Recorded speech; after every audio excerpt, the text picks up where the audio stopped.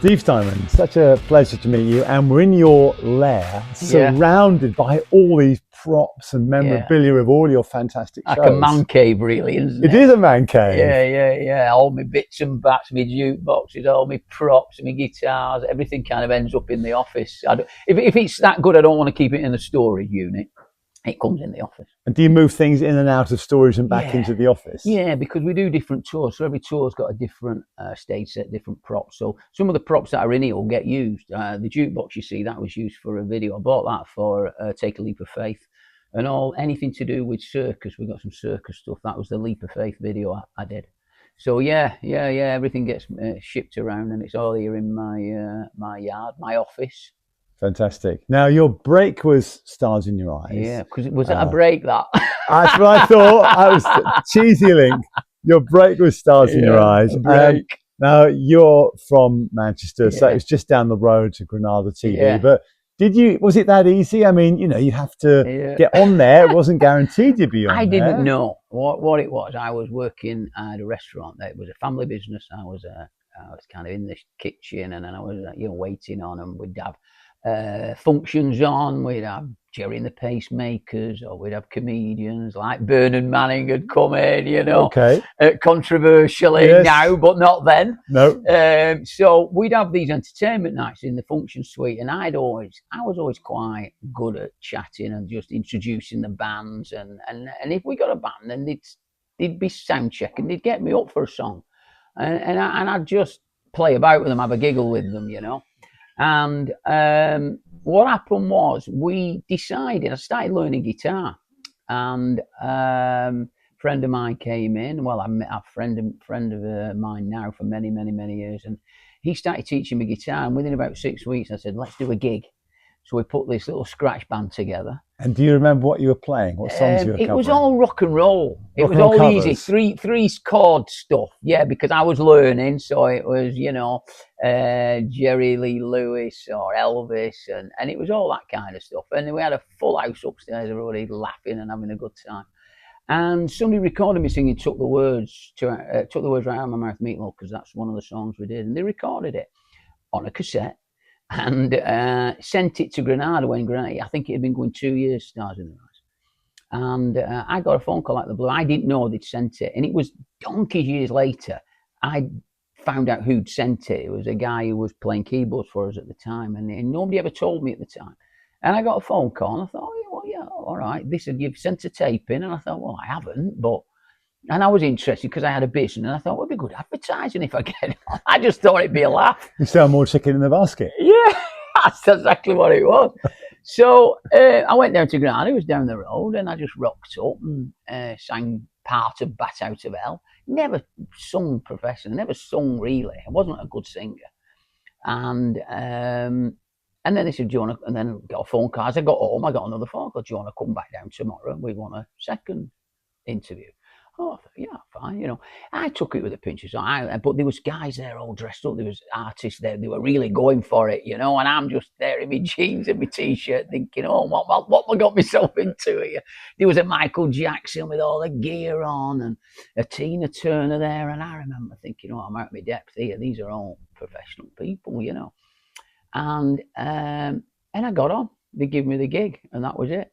And then I got asked to do the Christmas special as well. Now, you didn't win. No. How did you feel? I was gutted. You came third, I think. Is that right? Well, there was no second or third then. Yeah, you didn't win. No, I didn't win. But how did you feel? You must have been a bit disappointed. I was gutted. There's a film of me, because I want to win, mate. That's just my nature. I don't matter what I'm doing. If you say I want to race you across that car park, I'll try and win, And I remember they had you all grouped together, and they were doing this big build-up to, and the winner is, and everyone, and they said to, they went round everybody's face with the camera, and then when they didn't say my name, my face fell to the floor, and I've got that video, and a girl called Jackie Campbell who did Alison Moyet, but she was brilliant, and I still speak to her today. She still goes around the bars and the clubs and the holiday camps, and she still does her thing.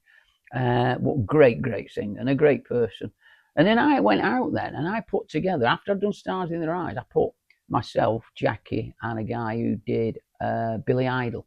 And we did the first ever you could call it theatre show, really. I booked like a town hall, civic hall, and we did the first ever tribute group show ever in the UK. And people came? Yeah, it wasn't packed. It wasn't, people couldn't quite get their head right. They'd seen stars in their eyes, but there was no shows. Theatre didn't do tributes. I mean, look at tribute now. I mean, it rules. Huge. It rules. But I'm going 35 years now. So 35 years ago, to ring up a theatre and say you are a tribute to, they just put the phone down. They're just not interested. So I remember then obviously I go out on the road then and I start getting into music. That's how I got into music, really, from an accident, really. Well, let's play your first choice, and you've chosen Elvis. Just going back to those early days, Suspicious Minds. So why this, Steve? It was a song I did in those early days. It was one of those songs. I was a big Elvis fan. I was a big rock and roll fan. It was one of the first songs I ever learned, really. And it just reminds me of the days back when I was in the hotel business. Suspicious Minds, Elvis Presley, and Steve Steinman is my guest. Were you Steve Murray still at this point? Yeah, I was Steve Murray for quite a while, and having to join the organisation Equity, if people don't know it, but you don't need it now, but to be on television, you had to be in the union. And if your name was taken, then you had to get another name. And it wasn't that. I didn't ever think I was going to be in the entertainment business. It wasn't crossing your mind at all? It was not on my cards. At 20 years old, I was working in the restaurant, and that's what I was going to do. That I grew up with my family in that business, and that was where I was going to be. And for me then to go into music, it's an absolute, it's like that crossroads, that rock and roll crossroad, and I stood on it. And it was go down that road, I'll carry on the road I'm going down, and I took the music road. But what I did do, which I think has really helped, I took business acumen with me, where I think a lot of bands and a lot of people who, back then anyway, they always needed a manager, they always needed a record company, I've never had any of them. I just done it, I just go down and do it all myself. I just found that how I'm still here after 35 years, and I think that's the reason. Yeah, history is littered with bands, the Beatles, the Stones, who had terrible deals, got ripped off by people. Yeah, massively. Yeah. I don't get involved with people, and sometimes you need to. Sometimes you've got to get in bed with the odd agent or promoter for the odd show here and there. But I tend, because I do all the promotion and I do all the theatres, I do all the booking, I take all the risk.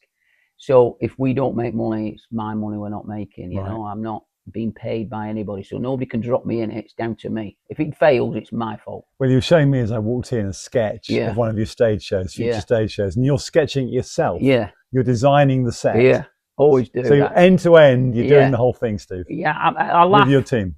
I tell people, it'd be funny really, because I see some of these big tours and I think, how many millions of pounds are they losing by employing too many people that are not really doing anything?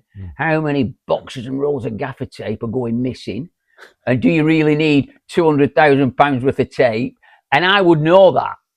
So I go and do an arena and I know, and I'll see the lads putting tape down. I go, oh, steady with that. You know what I mean? We've only got 10 rolls left. You know, I'm on it. I know. And I'll walk in the theatre and I'm there when the crew get there. I don't just rock up at 9 o'clock at night or whatever, or before the show. So you're there for the rigging. I go, I'm just hanging around. I'd rather be in the dressing room than sat at home having a coffee waiting to set off.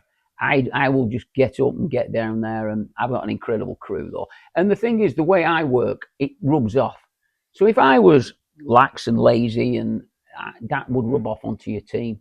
And I think, I don't ask anybody to do anything I probably have not done myself. I mean, I've drove the tour bus. You know, I remember breaking down, going up the M6, and we had a big double-decker tour bus, and the driver left us stranded, left us on the M6. So I thought, well, sod this. Jumped in the tour bus, no licence, drove all the way to Scotland, around Scotland and back. And no one caught you, thank goodness. Well, brilliant. I know, it was a long time ago, so if the police are listening, don't bother. Don't bother. Let's go back to Stars in Your Eyes. I mean, you said you were just an okay singer. At what point did you think, I can take this TV performance and I can now make something of this? I don't think I ever did, weirdly. It came out of necessity in the end. So the restaurant business failed in 92, about 92. And this is just the market turning down? Yeah, or? terrible market. I mean, it was, I think, 17% interest rates. There's not many people, you know, I mean, you've got to be, if you were in business in your 20s, you will know this, but not many people were. If you know, a 20-year-old, you're still finding your way. You might be at college, you might be going to, you know, university. Me, I was in business at 21, so I hit this period of business where we'd come out of that yuppie time, you know. It was yuppies. Everybody had the mobiles, and you know, and they'd all got the Porsches and the Ferraris, and the football players had just started earning mega money. And it just really started taking off. It was Margaret Thatcher's era, wasn't it? It was like super 80s. So come 91, 92, everything, you know, it really just collapsed. Everything collapsed. And most people my age now, they don't remember it because they weren't involved in it. So was that the spur then to do something else? Yeah. So what do? I have no money. I've lost everything. Everything's gone. Blue Nun's not selling anymore. Yeah, that's it. Yeah, Blue Nun. Yeah. Yeah. Everyone wanted Blue Nun in those days. It was Blue Nun. You know, Black Forest Gateau, wasn't it? And you know, I think the fanciest thing we did was garlic prawns. They were good, weren't they? Wow, that's fancy. Garlic prawns. Can't beat a garlic prawn or a prawn cocktail. So it was a dark time, really. So I ended up getting hold of one of the breweries, Bass Brewery it was, and they were just started putting acts on in all their pubs. And if you were a 3-piece, you got £150. If you were a 4-piece, you got £200, and they called you a band. So I kind of made a pretend band. Right. So I had myself singing.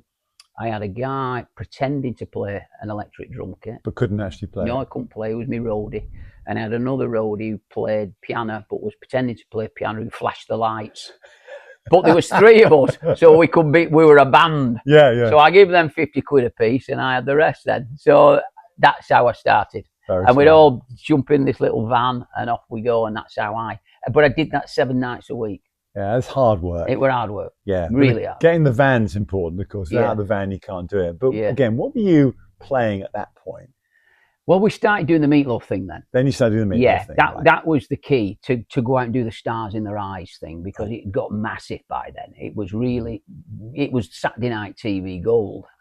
Big audiences, massive audiences. Yeah, it was real kind of TV, like the X Factor is now. It was that kind of big, wasn't it? Yeah, it was. But you were only on there one night. You know, you only really got one showing. So where the X Factor, you might win, you go back and you go back and you go back. So you really only got one hit at it. But tribute things started taking off, and it was more in bars and clubs. Theatres just didn't do it. There just wasn't any. Was there any resistance to rock? Because some of the Meatloaf stuff is a lot heavier. Yeah, well, the later stuff is of Meatloaf, but Bat Out of Hell, the album, I mean, 2 out of 3 took the words, all pop songs. Pop, really. Yeah. So it's really pop. And yeah, they would say to me, no, we don't want that heavy metal stuff. And I think heavy metal. Not heavy metal. And what I ended up having to do, and I used to have to ring all these bars and pretend I wasn't the singer, I was the agent, because they were always used to working with agents. They would never have expected the singer to ring up. So I used to pretend to be Dave or Gary or whoever. And I ended up saying, well, if you don't like it, don't pay me. You don't have to pay me. I will come, and I will guarantee if nobody enjoys it or you don't fill the place, don't pay me. Well, obviously we smashed it every time, packed out, biggest nights they've ever had, and then I used to trickle along and put my money up. Yeah. I remember having agents saying, "Oh, you're asking for too much money now. It'd be £500 or £600 at the time, and we've got other Meatloafs who can sit." I said, "Well, get them there. Go and get them," because I was confident. I know what I'm doing. I'm not just pretending to be Meatloaf. I was carving my own personality on it. Because in between songs, you know, I speak like I speak. You get a lot of tributes, and they try and talk in an American accent, or they try and be that person. I've never done that. It's always been me. But then I sing the songs, and we blow them away. Right, you keep the Northwest accent. I've never, I've never lost it, and the comedy. And I'm from that. You know, I learned the hard way. I learned in the workingmen's clubs who sat with the backs to you, and they'd only turn around if you impressed them. And you've got to compete with the bingo. Mate, if you haven't got the bingo on in between, and they could never say my name, Steve Steinman. No. You know the compares they'd introduce you. Who'd normally be the secretary, secretary, wouldn't it? Wheel tappers and shunters moment. If any of our listeners know what I'm talking about, and they'd always go, Steve, stop, Steve. Give it up for Steve Meatloaf, and they could never say Steinman for whatever reason. Should we play some Meatloaf? You've chosen Rock and Roll Dreams. Yeah. This is it really is rock and roll dreams, what I've been doing. It took me on a real rock and roll dreams highway, really. I've had some bizarre moments in my life, even meeting Meatloaf a few times. And I've had a strange career, really, in the sense of there's a real good book in me. And I'm not ready yet for that. I don't think I've reached that. Because I want to do one book. I don't want to do 1, 2, 3. I think there's a point where I'll go, you know what, it's time for that book now. And I've got some funny stories and things that have happened, and Rock and Roll Dreams just reminds me of going through where I started to where I am now. It's Meatloaf, Rock and Roll Dreams, and Steve Steinman is my guest. When you were filling out these halls and, the place was packed, you must have been thinking, we're doing something right here. Yeah. You know what? It's weird. Yeah, I kind of just do it and don't think about how I'm doing it or why it's happening or are we doing something right? Yeah, we're definitely doing something right. And I think what it is, I believe, you make people smile, you make them laugh, then you give them the songs. That's the way I do it. So immediately, I will try and walk out on that stage and get a smile out of you. And if you've never seen me before, you will go, I get this. I get what he's doing. And the ones who know me are waiting for it. And they're just waiting for me to say something funny or go into the next song. And if an audience member comes in late, I stop the band. I'm not going to miss that chance. So you've got that comedy element. And I think people need fun. They need entertaining. It's not about me thinking I'm brilliant. Look at me. I'm singing these incredible songs and I'm brilliant. It's not about that. It's about me entertaining you sat there. You've worked hard for that money.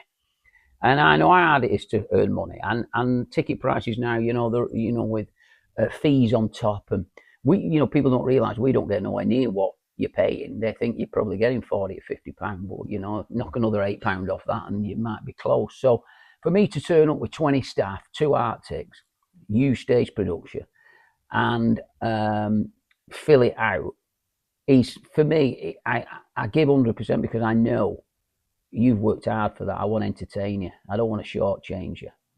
That's what I've been doing all these. And I think that's why I'm still here. That's why we've kept filling places. We've never weighed. The fan base has grown because they come back because they know we're not going to, Steve's going to put a show on. And presumably they come back, had a great night, they tell friends, family in the pub. I've watched kids grow up. Yeah. I can't tell you. There's a family in Hull. I play in Hull, New Theatre or the Arena. And they come to all the shows. And I remember this little girl, and I was talking to him. We were in Hull the other week, and she's now in her 30s, married, got her own kids, and her own kids are sat there now. It's just it makes you feel old, but no, but it's great. The next generation are coming along. You mentioned Hull. Is it special for you when you play in Manchester? The Palace or the Opera House? Yeah, it is. Manchester for me is obviously home. Always has been. And when I first played at the Opera House, wow. I stood there and I thought, flipping out, what am I doing here? This is incredible. I had the same feeling at Southampton Mayflower every time I go there. If anybody hasn't, you must Google Southampton Mayflower. It's the most incredible theatre. Probably one of the biggest, most fabulous theatres you'll ever see.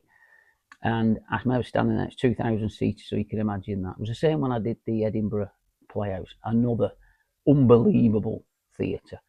And then what you do, you have a look at who played there. Obviously, Meatloaf's played at all these venues I'm played at. Yeah.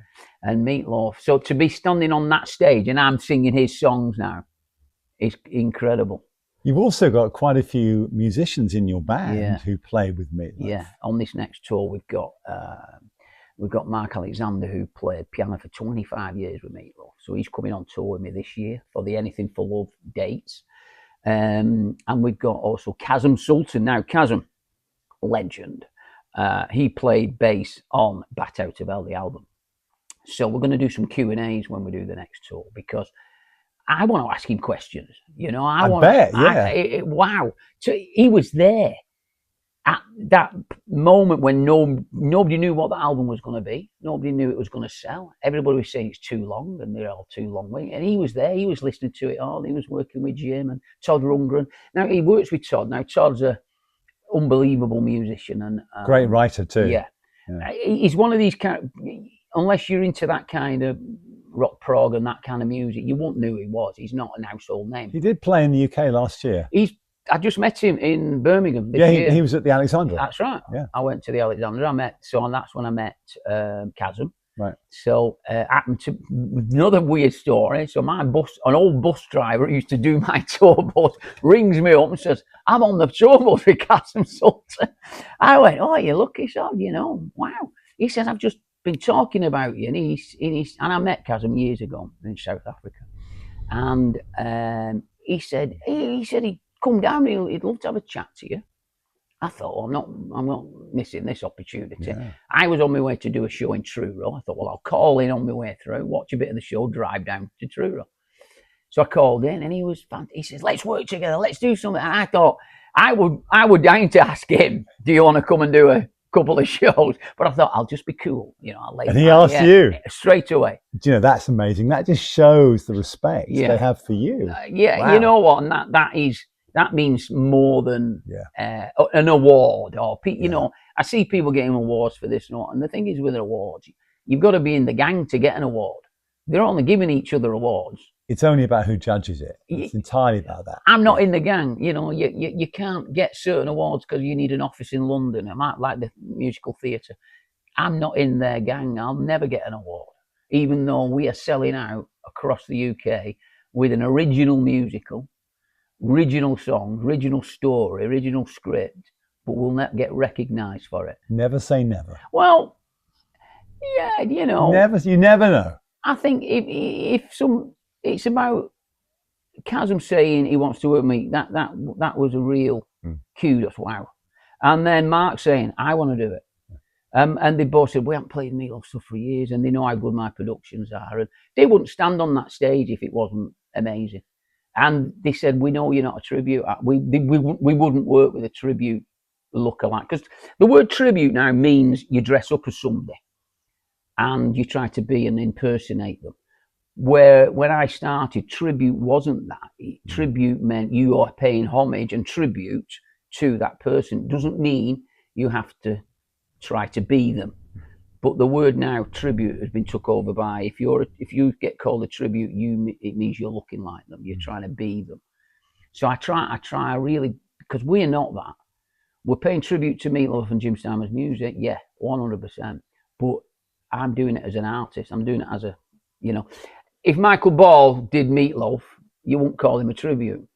No, I can't quite imagine Michael Ball doing Meatloaf, but yeah, I know exactly what you say. You could. Yeah. Okay. Okay. I've just 2 out of 3. We'll have to ask him. 2 out of 3. Now, look, before we turn the mics on, you were raving about Tina Turner. Yeah, so let's play Tina Turner next, and you've chosen Simply the Best. Yeah, it kind of goes back to my mum, really. Simply the Best. She loved that song, and we'd have parties, and she'd always come out dressed up, and she was comical. That's where I get my funny bones, I guess. My mum, who sadly passed away. I don't know, 12, 13 years ago now. So that kind of song means a lot. And obviously watching Tina in concert in South Africa, and I met the band, John Miles, and she's just so phenomenal. And I really look up to Tina, what she did, and the dancers and the production. She put a show on, and a light show and stage show, and a charisma, and a character was unbelievable. And not matched. I don't think it's ever been matched. People talk about Elvis. I don't think anybody's come close to Tina Turner as a charismatic stage artist. She was unbelievable. Tina Turner, Simply the Best, and Steve Steinman is my guest. You were talking about South Africa there, so let's just have a quick detour down to South Africa and that part of your life. So I've got some funny crossroads and forks.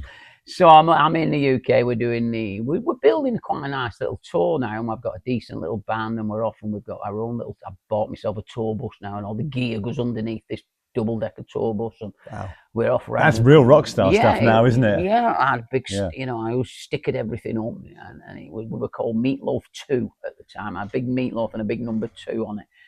And it really was a tribute band. That's exactly what it was, what it said on the tin. But I was still me. I still did everything as me. And my auntie was a singer. And I guess that's where I get the singing from, because nobody else in the family sang. And we didn't really have a musical background. Our family was not musical, but my auntie. But I never really knew my auntie that well. She went off to South Africa as a singer in the 70s, which apparently back in them days, a lot did that. There was a big movement in South Africa for bands to go and work in the hotels there.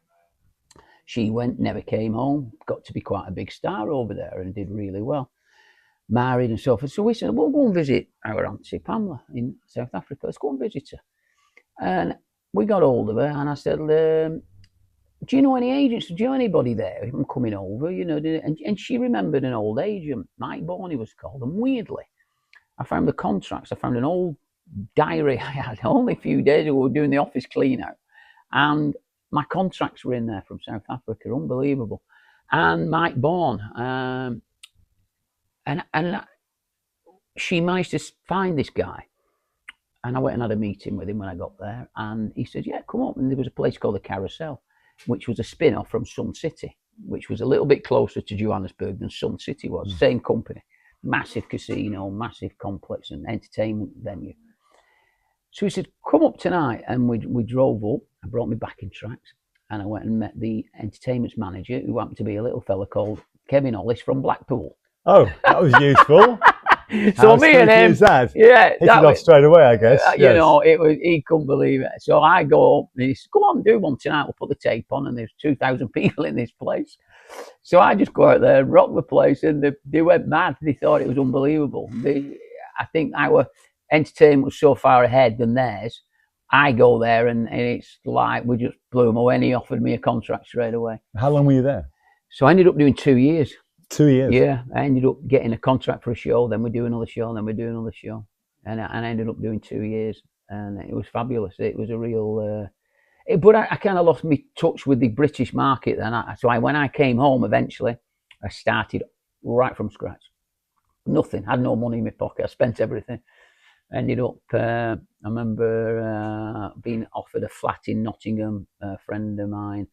Dad had this flat that he used on a weekend. He wasn't using it. You can borrow that. It's 50 quid a week. And I started from scratch with nothing.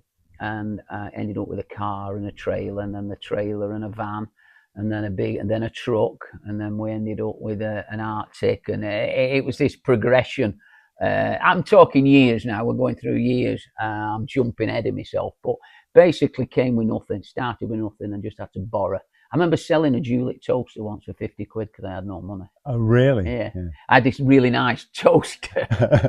What did you have for breakfast then when the toaster had been sold? It was because before we went to South Africa, we parcelled all our goodies up, what we had at the time, and we boxed them all. And we got all our boxes back on this Julep toaster. So I thought, well, that's got to go.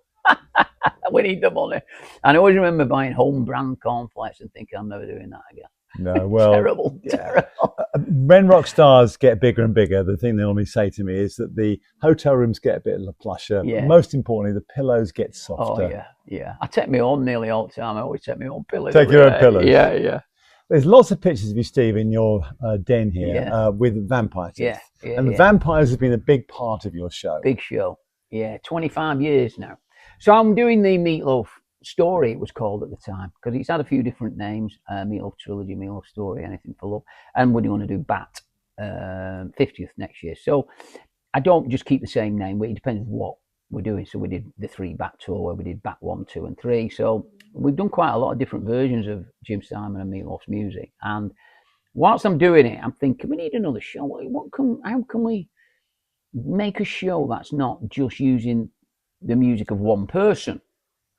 Let's do a rock show where we're using AC/DC, Whitesnake, Aerosmith. How do we make a show? And I thought vampire. I just thought about vampires because Mick Jagger had been alive. He must be a vampire, still here. you know, and I caught these old characters and Alice Cooper and, you know, at the time, Ozzy Osbourne, God bless him, you know what I mean? When I did this 24 years ago, they looked like they were already dead then, didn't they? And there was publicity about various activities, you know, biting whatever, you know. So I thought Vampires Rock. Yeah. And I came up with the idea for Vampires Rock. And I created the first Vampires Rock. I think it was in 2002, something like that. And it's progressed to the point of now it's Vampires Rock Eternal Love with all my own original #1. I've got 6 #1 singles in it, and we've got 2 #1 albums. The Cast album was #1 on the rock charts. We've been top 20 in the UK official charts, and amazing. No record companies. I mean, the internet's great for one thing. It gives you the publicity you can get without having somebody buy a record, you know, giving you money and then taking it off you down the road. It gives you that ability to be able to put yourself out there. Yeah. I think I've about 70,000 followers now, and that's just through hard work. That's just through building and working and never stop. You know, never stop rocking. Really, your work ethic comes through. It really does. The iTunes chart's interesting, isn't it? Because you look at there's Steve Steinman. Yeah. And who else is next to you? You've got people like Bruce Springsteen and other major artists. We've printed them off because you can't believe it who you're next to, you know, on the album charts. To get a official UK album entry, a top 20, I've had a top 20, was unbelievable because you're up against, I don't know, Robbie Williams. You're up against massive international artists, and there's me in my little office here, and doing songs that have cost me £1,000 each, not £25,000-50,000 each, with an incredible band and great singers, and we put them out on the internet, and we've ended up with a top 20 album chart. Yeah, no, congratulations. It's absolutely fantastic. You were talking about money, having no money, selling your toaster. So that's a cheesy thing. That's just one story. That's just one story. But let's play this money song you've chosen, which is the Simply Red one. Yeah, you know, coming from Manchester, I remember growing up listening to that, and just the lyrics, money's too tight to mention, and it was one of his first early songs I remember from McCucknall, and being in Manchester at that time and growing up, I just remember it, and I remember the video. It was, I was in that era of MTV, and it just started to explode. And I wasn't into music at the time, but I mean, I had my music taste, and I just always remember that money. And I thought, that's me, that. So you've invested a lot of the proceeds from your shows back into the show. I mean, all the stuff here. Yeah. I mean, that huge wagon out the back there, you know, there's a lot of gear here. Yeah. Yeah. I mean, we have 2 Arctic trailers full of gear. We invest all the time, you know. I'm always investing in production. All the stage sets are mine, all the staging's mine. Because I've grown up where you're better off buying it. Don't hire it, buy it. Because I'm doing so many shows. If I hired the equipment I've got, you're probably looking at 60, 70, maybe £80,000 for the tour. Well, that's 60, 70. It could be my profit for the year. So over the years, I just slowly, and I buy quality. You know, quality. Buy something once. Don't buy it 10 times. We laugh with John, who is in my show. He's been my friend for 40 years. Started off with my cellar man, and now he's my backing singer. Fantastic. There's a career progression. Mate, we have some fun, and we share a dressing room, and he's grown up with, well, he'll buy a leather belt. He has a leather belt, and he'll go and give 10 quid for a leather belt. Well, I'll go and give 70 quid for a leather belt. Well, in 5 years, I've still got my leather belt. He's had 5 more. Yeah, I've got that, and I do that with the stage props and the stage setup, and do it once and do it right, and then it'll grow. You'll move on, and that's what I've done with the company, really. You've had a lot of guests who work with you. You mentioned Toy when we were in the car earlier, Sam Bailey. Yeah, a lot of names associated with you now. Yeah, I mean, Toy was great. We did 2 years with Vampires Rock. She played my vampire queen, and she was awesome. Great work ethic also. I think I was telling you how she would just rock up, do the job, which is what I like. You don't want drama. You just, do you want the job? How much do you want? Okay, we're agreed on that. Nothing worse than somebody coming to you halfway through a contract saying, well, they're not happy with something. Well, it's all been agreed. You should, do it before you start. And then if you're not happy, wait till the contract's finished, then renegotiate if you want to.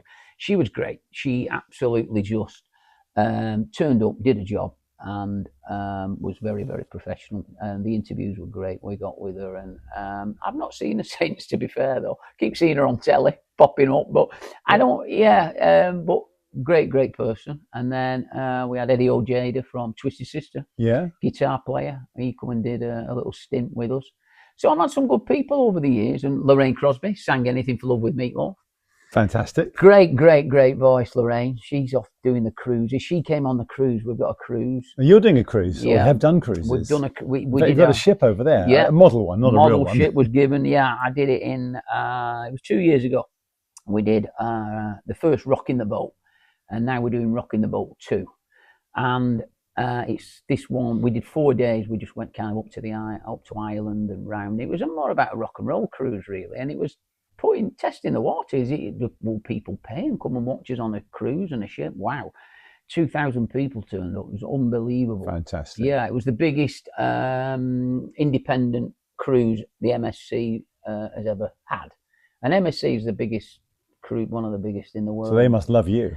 Well, I hope so. I'm waiting for my phone call from the managing director. It'd be nice, wouldn't it? But we're on it again. We're doing it in September, but this time we're going a little bit further. So we're going to France, we're going over to Spain, and we're doing a week. And we've got Mark Alexander, piano for Meat Loaf, and we've got Kazim Sultan coming. So we are going to do some Q&As on that one. That'll be really interesting. Yeah, fantastic. I think I'll go in the audience when go in the audience. Yeah, I'll be wanting to know. I'll be shouting the questions there, I think. You've been described, Steve, as a 35-year-old overnight success. I am. Yeah, 35. Yeah, I wish I was 35. A 35-year overnight success. Yeah, pretty much am, really, aren't I? It took a long road.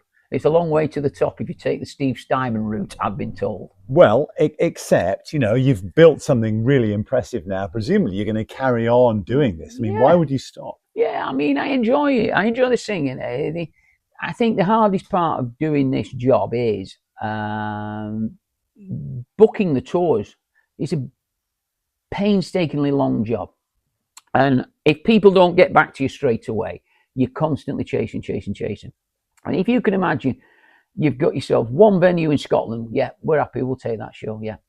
You've got to find another 4 in Scotland. Because it doesn't make money otherwise. You've got to drive all the way up there. So then you've got yourself a day. You've got to put it in, and you've got to work your little butt off then to get all the other venues to jump on board in that period. You can't have a day off. So luckily, the tour I've just done now, the back tour for 2027, it's going to be huge. 70 dates tour, it's going to be that. And we kick off that one in 2027 in April. And then we just don't stop till December. If you can't get the other dates, do you pull the first one? What do you do? No, you just go with it. You go with it? Yeah. As a rule, you will always get, you're not going to get less than 2. So if it means 2, and then you have to come a little bit further back down. I have a little run. I know where I want to be at a certain point. So I'll know I need to be in Carlisle or Blackpool, and I'm on my way up to the M6 then Carlisle up to Glasgow over to Aberdeen, right. Aberdeen up to Inverness, back down and so on. And then maybe have a day off and then hit Blackpool on the way home. So we have this kind of pattern.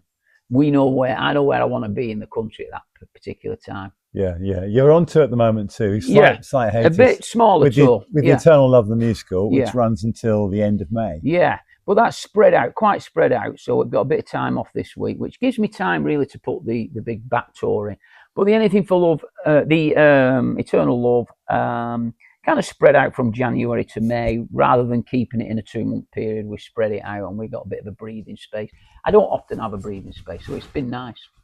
A breathing space, nice. I think you've earned the odd breathing space. Yeah, I'll need it when I start this back tour next year. Yeah, well, I'm sure you will. You've chosen Rod Stewart, have I told you lately? Yeah, and it was a song I sang at my wedding. Why his version, not Van's version? It was just the version we listened to, my wife and myself. We've been together for, I don't know, she'll kill me, 30 something years. You need to know that number. Yeah, I do. I'll have to get it tattooed on me. You should, yeah. And that was the song. That was the song I sang at the wedding, and it just means a lot to me. That song. Yeah, an emotional song. Have I told you lately? Sung at the wedding, Rod Stewart. So, look, huge success. What next? I mean, what about the next 10 years? I mean, you keep on developing, growing, new ideas. What's next, Steve? Well, we've got some chat about some TV. I've been really trying hard to get documentary commissioned, and we've got a couple of TV execs interested, company. It's getting that first TV show off the ground. Once one's been done, I've got a million ideas. I've got some great show ideas. So I would like to go into that. I would like to produce some TV. Your own TV production company, maybe? Maybe. Who knows? You've done it all yourself thus far. Yeah, why not? Maybe I just have to learn. I'm a quick learner. I think if I did 12 months, I'd soon know what I was doing. So that's me next. I would love to get something off the ground. I could do with just that.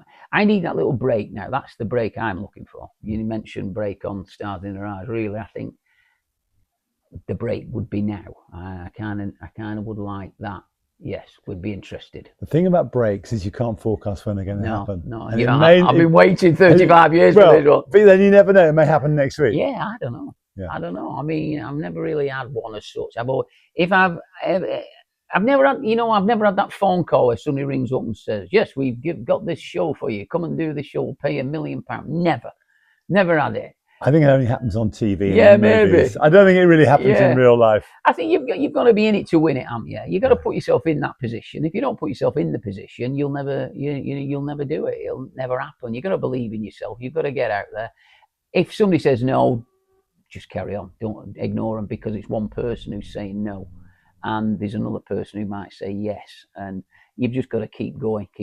And really, it's the fans are the ones keep me going, because for them to keep following me, I must be doing something right in that sense. That I'm entertaining, and that's what I'm trying to do. Your fans love you. I mean, they literally love you, adore you. Yeah, it's a weird one. I'm like, because we will always go out and meet them after the show. There's none of this charging people to come and say hello or give you an autograph. I'll sit and talk to you at the bar. When I was on the cruise, we'll just go and have breakfast, and they all coming over to you. I have no problem with that. I appreciate them so much. The reason I'm on that ship is because of them.